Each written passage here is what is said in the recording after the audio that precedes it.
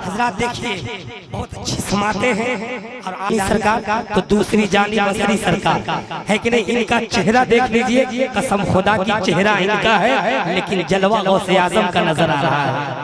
जरा हाथ तो उठा के बोलिए एक मरतबा, या गौसे आजम, दिल से या गौसे आजम, या गौसे आजम।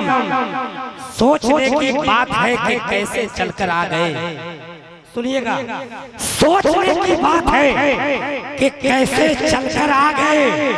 हुक्मे गौसे पाक के सांचे में ढलकर आ गए और बोले मेरे गौस के भागो आ रहे हैं नाना जान, तो सारे कब्रिस्तान के मुर्दे निकल कर आ गए। बोले मेरे गौस, बोले मेरे गौस के भागो आ रहे हैं नाना जान, तो सारे कब्रिस्तान के मुर्दे निकल कर आ गए। और बड़ा गरीब था, कोई गरीब ना कंगाल है मदीने में, कोई गरीब न कंगाल है मदीने में। ये शेर सुनकर बस 5 लोग पंजतन पाक के नाम पर खड़े हो जाएंगे, 5 नौजवान, और नारा लगाएंगे कि सोचने की बात है, कोई गरीब न कंगाल है मदीने में, जिसे भी देखिए खुशहाल है मदीने में। और हमारे गौस की, हमारे गौस की नानी है फातिमा जहरा, हमारे गौस का ननिहाल है मदीने में। हमारे गौस की नानी है फातिमा जहरा।